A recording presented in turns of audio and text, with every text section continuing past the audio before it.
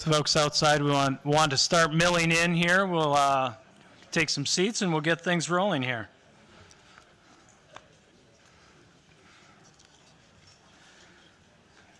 Okay, well, welcome to the 4th annual John Glenn Symposium, sponsored by the American Astronautical Society.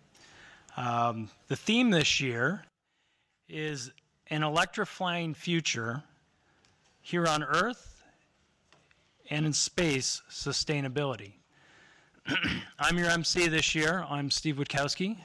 I work for a small company called Moog Incorporated. I am co-chair this year along with Jimmy Kenyon out of our NASA Glenn facility.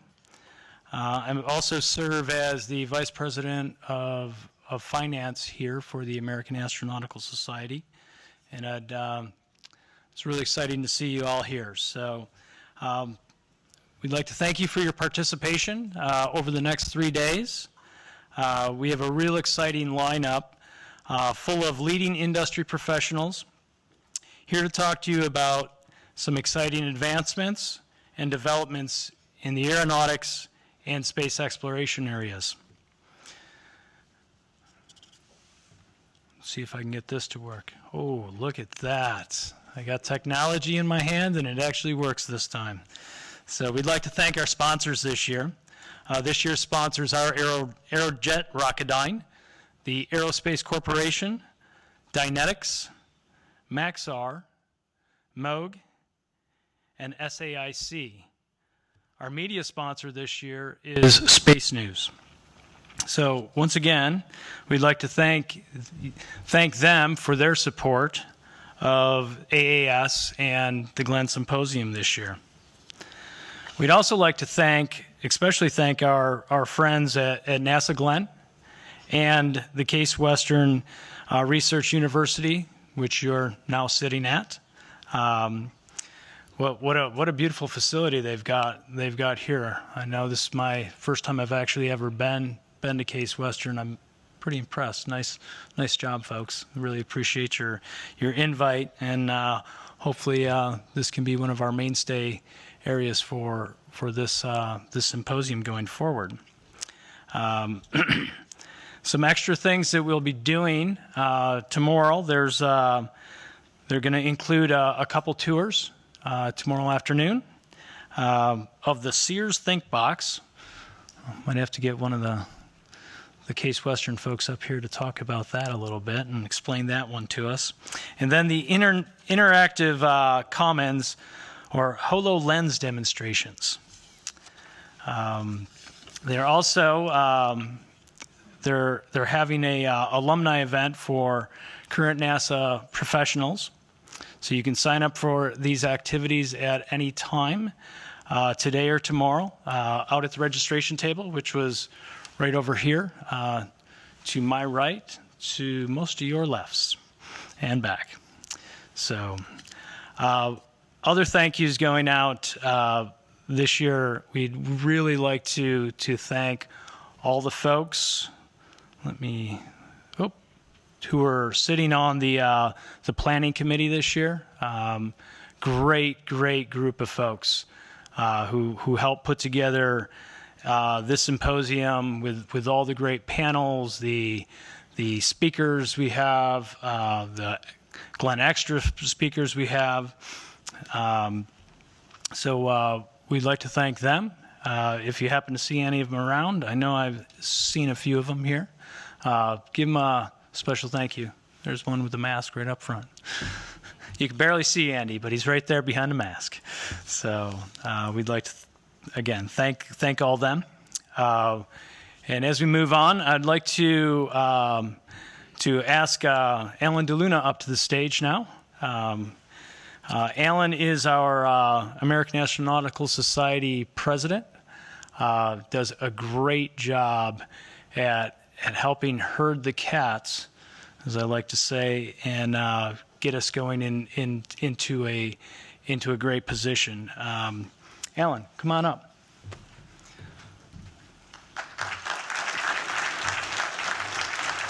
Thanks, Steve. So, It's really nice to be able to get face-to-face. We had our first John Glenn Symposium 4 years ago. Then we had 2 years of virtual, and now we're back together. One of my problems with doing these things now face-to-face again is that my suits are beginning to get reacquainted with me. And some of them don't fit the way they used to. Sometimes good, sometimes bad. But it's good to be back into a regular rhythm. With the coming here to CASE is a bit different than the normal conferences that you go to. You know, go to a conference somewhere with a big conference center with miles and miles of parking spaces, and you get a sunburn walking from your car to the conference, and then you're in a big, huge room with masses of other people, and you hear echoes in the PA system as things go from room to room to room. This is really nice. It's very comfortable. I think people are glad to be here, and I really appreciate the partnership that we're developing now with CASE. And we're already talking about some more opportunities for next year and how we might be able to expand on what we've done so far and find ways of getting more of the CASE folks involved, and especially more of the students involved. One of my major things with AAS is to go off and press the student activities a bit more, and so we'll be doing that. Now, AAS was established in 1954. We've got somewhere around 48 corporate members. And the reason I say around is because we're always having these mergers and acquisitions that's going on. You know, like we had the Leidos Dynetics thing happen, I think 2 years ago. Those kinds of things. But then also we've got the SPACs activities going on, and sometimes we have members that go into SPACs, and do the members stay part of AAS, or does SPAC become part of AAS? So the numbers vary a bit. But so we have about 48 corporate members and around 1,500 individual members in the AAS. And we do a fair number of things. We've got some fairly significant conferences. We've got the Goddard, we've got the Glenn. Right here, we do the technical sessions for the ISS Research and Development Conference, and then we have the Von Braun Symposium. But some other things that we do, we have a GNSC conference we do an astrodynamics conference. We have a thing called CANSAT.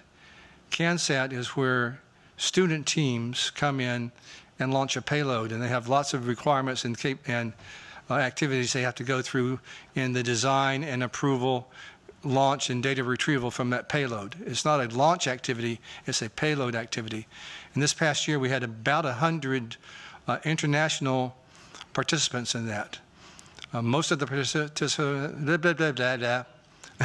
most of the participants are international, and one of the things that we're going to try to do is expand our U.S. participation in that event, and hopefully we'll be successful in doing that. So one thing that I want to go off and talk to you about, again, with the youth that we're working with, we have a student poster contest here today, this afternoon, in the reception. And we are going to snag, arm twist, Shanghai, about 20 of you folks to be judges. We're going to need you to judge those posters. We have a set of judging criteria. And as you go from here to the reception tonight, we're going to have some of the staff and some of the interns snagging you as you go through the door, going to the reception, that says, here is your judging rubric, and you are assigned to posters number 3, 17, and 13. And your job is to go in and have the student that is presenting that poster to you, have him do his elevator speech, and then ask them germane questions about the poster and see if they really understand what they're talking about. You have some criteria for judging. We will accumulate all the sheets at the end of the evening at the door, and the winner in the different categories will be invited to participate in one of our AAS conferences next year, free of charge. So there's a little bit of a prize to it. So we're going to try to do that. And the final thing I need to ask you guys to do is to keep me from looking like a fool when I ask questions. I can ask some pretty stupid questions. And the best way that you can avoid that happening is to jump up to the microphone before I do. and speak before I do. If you're speaking, I won't. Let's make it a deal. Let's make a deal. Remember that TV show? Let's make a deal. If you ask questions, I will not. But if you don't, I will. Could be fun. All right, so now I have to introduce Dr. Kaler. Get back to the real work of the conference. Eric W. Kaler became the 11th president of Case Western Reserve University on July 1st, 2021. Kaler joined Case Western Reserve from the University of Minnesota, where he served as university president from 2011 through 2019 and professor of chemical engineering and materials science from 2011 to 2021. He was born in Vermont. Kaler is a first-generation college graduate who now holds 10 patents, and he has published more than 200 peer-reviewed papers. An accomplished chemical engineer and visionary university leader, President Kaler's career in higher education spans more than 40 years and includes leadership roles at premier public research universities, now including Case Western Reserve University. Welcome, President Kaler. Thank you.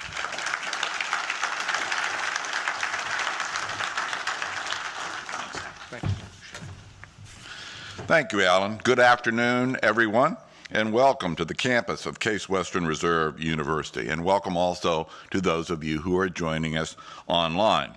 That's a hard habit to break, I know. We're so pleased to be hosting this event on campus and in person this year.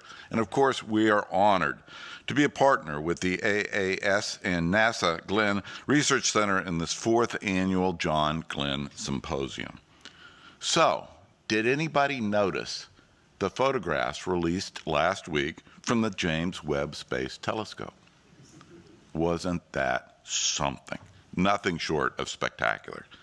The fact that we now have the ability to look further back in time than we ever have, be closer to the start of the universe's existence, is simply fascinating. And the images leave me wondering, as I'm sure they do all of you, what else we'll discover about space, the universe, and our origins. And the possibilities, I think we all agree, are mind-blowingly endless. Those images also put in perspective the work and research that we do here at Case Western Reserve University. And the images so clearly underscore the importance of the work that all of you do.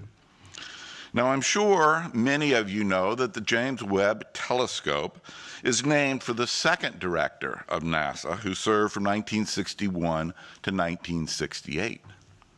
But you also should know that the first founding administrator of NASA was T. Keith Glennon.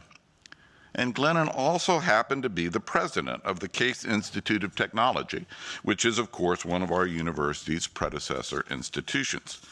And for those of you who are familiar with campus, or want to be, Glennon Hall is located on the Case Quad across the street of Euclid Avenue from us, and it's the home to our electrical engineering, computer science, and mechanical and aerospace engineering programs.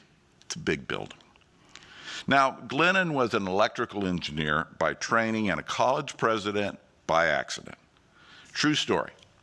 He got the job when a former associate who happened to be an alumnus of the Case School of Applied Science called him up and asked him something to the effect of, "Hey, do you want to be a college president?"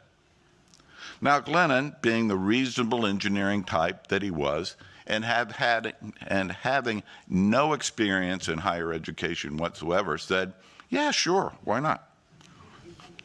So more seriously, Glennon became known for his ability to motivate those around him, his openness to consider new ways of solving problems, and most importantly, his foresight in positioning the school for a future of sustainability.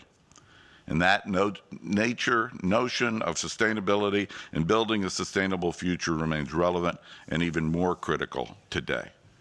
And of course, it's probably no coincidence that sustainability happens to be the theme of this symposium, an electrifying future Earth and space sustainability. Now, since Glennon's time at the Case Institute of Technology and at NASA, this university has enjoyed a strong and, yes, sustained relationship with NASA and with the NASA Glenn Research Center. In recent years, faculty members from the Case School of Engineering, the College of Arts and Sciences, and the School of Medicine have received nearly $3.5 million in funding from NASA and NASA Glenn for research collaborations. In 2018, one of our researchers received a NASA grant to explore better ways to filter carbon dioxide and to turn carbon dioxide into a valuable resource that could be used on longer-term space flights.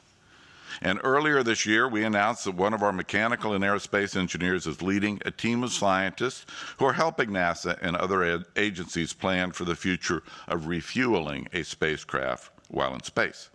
And their work on cryogenics will ultimately support NASA's Artemis efforts to land the first woman and the first person of color on the moon.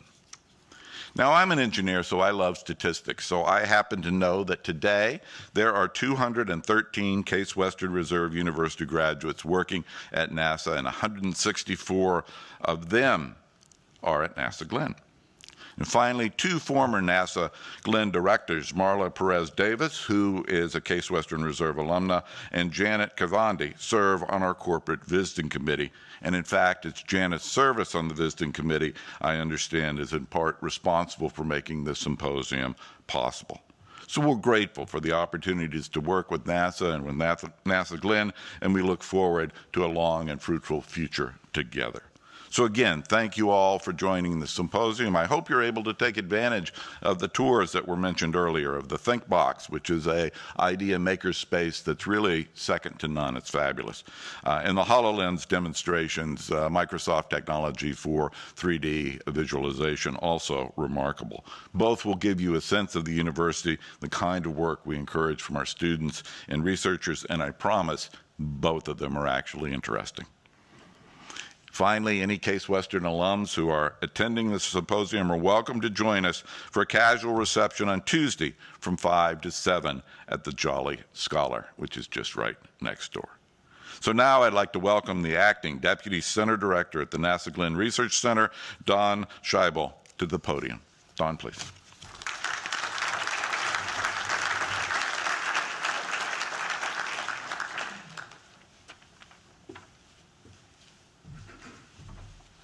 Thank you, Dr. Kaler. Well, good afternoon. On behalf of NASA, I would like to welcome you to the John Glenn Memorial Symposium, and for many of you, I'd like to welcome you to Cleveland. I want to say how glad I am that you're all here with us today, either in person or joining us online. I want to start out by thanking Jim Way of AAS for their commitment to the John Glenn Memorial Symposium. I would also like to recognize President Kaler and the team here at Case Western for hosting us and welcoming us to this beautiful campus. Having this symposium at an institution of higher learning that is so well recognized as Case Western is really a testament to our collective efforts to support and grow the future generations of cutting-edge engineers and scientists. And finally, I want to thank the staff who have worked tirelessly to pull this together, as well as our speakers and our panelists that are sharing their time with us today to provide us with some enlightening perspectives, ideas, and will give us actions that we'll take home with us. I look forward to this week's panels and discussions, and I think as we contemplate and address the advancement in astronautical and aeronautical technologies, we will see that our collective challenges and opportunities are really embodied by the theme of this week's symposium, an electrifying future, Earth and space sustainability. During my career at NASA, I have come to really appreciate the importance of our efforts to innovate, to explore, and to inspire for the benefit of all. By working together with our partners, NASA, industry, academia, other government agencies, and international partners have truly changed the face of flight and space exploration. Now that really is inspiring. We will discuss this week more about this, and we will together explore the vision and ability that we have to carry forward cutting-edge research and innovation in support of our nation's space exploration and flight goals. I would like to share with you a little bit about the Glenn Research Center's contributions to our electrifying future. We will help NASA reach its long-term goals of sending humans to Mars by first working on the moon so that we can understand and overcome the challenges of landing, living, and returning. We are delivering critical components of the Space Launch System and Orion, including the service module integration for Artemis 1, which we will launch here later this summer on a test flight around the moon. Our team, along with our industry partners, is building Gateway's power and propulsion element, and we are in the midst of a very complex test campaign for the solar electric propulsion for the element, and you'll hear more about that in our panels. This work will lead to the astronauts' return, including the first woman and the first person of color, to the moon's surface. Once there, we will continue to contribute to the power architecture through our advanced solar, fission, and radioisotope generation and distribution systems. This will work together to provide the massive amounts of power that is required to achieve the Artemis objectives and send humans to Mars. We like to say that the path to the moon travels through Ohio. You'll learn more about this and the Artemis missions later this week during our discussions with our industry experts and the NASA team as well. While our work in space is core to the success of Artemis, we believe that flight research and advanced materials development is where we can change the lives and create viable solutions for greener and quieter aircraft, transforming aviation into a new economic engine. NASA is currently developing the technological groundwork and making the proper investments through our national sustainable flight partnerships to establish the future transportation economy for sustainable energy. Glenn is also making significant contributions through hybrid electric and all-electric propulsion systems. These innovations will quite literally carry us into the future. Through general aviation, regional commercial aircraft, and advanced air mobility providers that will help the administration achieve their climate goals, like achieving net zero greenhouse emissions from the aviation sector by 2050. Tomorrow, we'll take another huge leap in realizing these flight goals, so stay tuned. You'll hear more about that during the Next Generation Aviation Propulsion panel on Wednesday. Beyond space and flight, our unique capabilities at NASA Glenn and our expertise, along with our business models and approaches with companies around the country and right here in our backyard, we are making this area an aerospace destination. These efforts, coupled with the research and development work that I just mentioned, are critical to the state and national space economy, fueling new industries and supporting the demand for a diverse, highly skilled workforce. We are also investing in our NASA Glenn campus to build and revitalize infrastructure to create greener, state-of-the-art facilities and workspaces that will enable the next generation to meet our future needs. Much is happening at NASA and at NASA Glenn. And Jimmy Kenyon, the acting director of Glenn, and I are honored to lead NASA's footprint in Northeast Ohio. It is a tremendous privilege to support NASA's missions, to foster growth and development in and around Glenn, and to create innovations to benefit future exploration, flight, and life on Earth. Thank you so much for joining us for this year's symposium. I look forward to what we will achieve together to ensure that we are prepared to reach our collective flight and space exploration goals. And with that, I'd like to leave you with a short video that's going to show some of the work that is being done for NASA and NASA Glenn that is helping us to fulfill the theme of this week's symposium, an electrifying future, Earth and space sustainability. Thank you.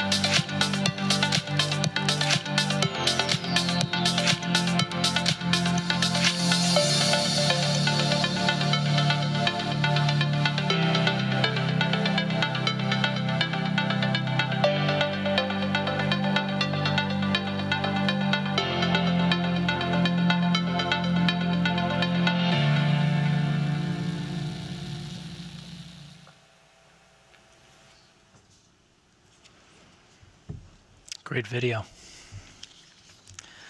Well, once again, I'd like to thank Alan, Eric, and Dawn for such warm welcomes. And Dawn, especially for you, for the cool video. I hope everybody enjoyed that. I had my eyes glued to the screen. I actually took my glasses off because though I have them on, I can't see any of you.